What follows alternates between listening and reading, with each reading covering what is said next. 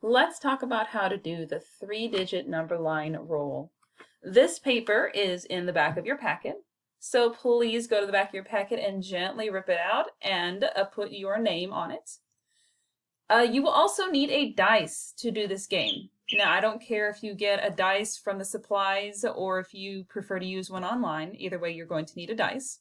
So go ahead and get the paper and the dice, pause the video, and meet me back here. Let's read the directions on this page. It says, roll 3 number cubes, make 6 three-digit numbers. Now, I don't care how these numbers are made. Your dice might be different than your neighbor's, as long as you make 6 three-digit numbers.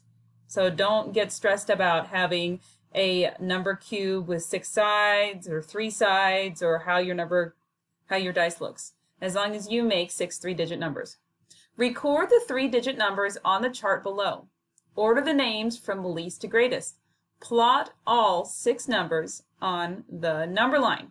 So the first thing we're going to do is make the numbers, and we're going to write them in the boxes. Then we're going to order them from least to greatest. Then after that, we're going to plot all 6 numbers on the number line. So this is a 3-step process. So I'm going to underline the different steps. Record the 3-digit number lines. Actually, it's a 4-step. So make 6 three-digit numbers. Next step is record the 3-digit numbers on the chart. Next step is order them from least to greatest. And then lastly, you are going to plot all 6 numbers on the number line. So you're going to do 4 things. Okay. So the first thing, excuse me, I'm going to do is I am going to pause my video real quick, and I'm going to roll all of my numbers and put them up on the screen. You don't need to sit here and watch me roll 6 numbers and write them out. I'm sure you can guess how I can do that, as you can already do that with your sheet. Now just remember, when you do this activity, your answers will be different than mine. Mine is just an example. So you will actually roll independently from me and write your answers down, but this is just an example. So I'm going to pause the video, and I'm going to put some numbers up on my screen real quick here. All right, so I have my 6 three-digit numbers down below. I have 594, 398, 112, 472, 229, and 718. So I have done the first step. I have made 6 three-digit numbers.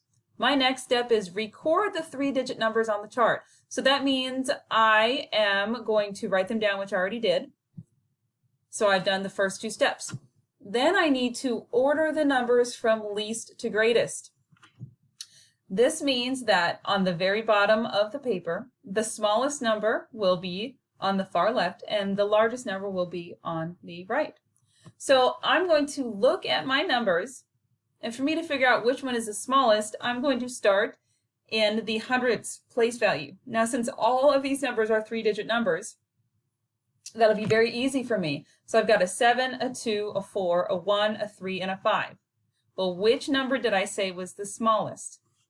The 1. The 1 is the smallest in the hundredths place. So my first number is 112.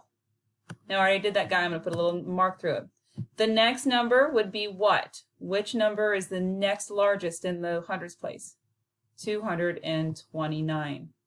Now, I'm going to pause the video while I put the rest of my numbers in order. All right, I have put all my numbers in order from least to greatest.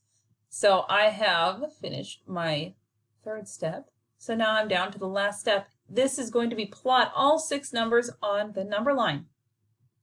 Well, I'm lucky I have them in order, because now I can just look at the number line. It's from least to greatest, and this is going to help me decide where my numbers should go. So here I've got number 112. Well, where in the number line should that go? Which 2 hundreds should it go? Well, I know that 112 is very close to 100, so I'm going to take a little quick guess. It's right about here, 112. Awesome. Next number, 229. I know that 229 is in between 200 and 300. and it is below 250, which is the halfway mark. So I'm going to say it's right around here, 229. And I'm going to do that with every single number I have here in my box. And you are going to do that as well. So I'm going to pause the video and I'm going to fill all that in. I went ahead and I filled in all of my numbers on the number line, and I made sure that the dot that I put on the number line is either below or above the halfway mark, just depending on the number. For example, 229 is below 250, so I have my little dot here.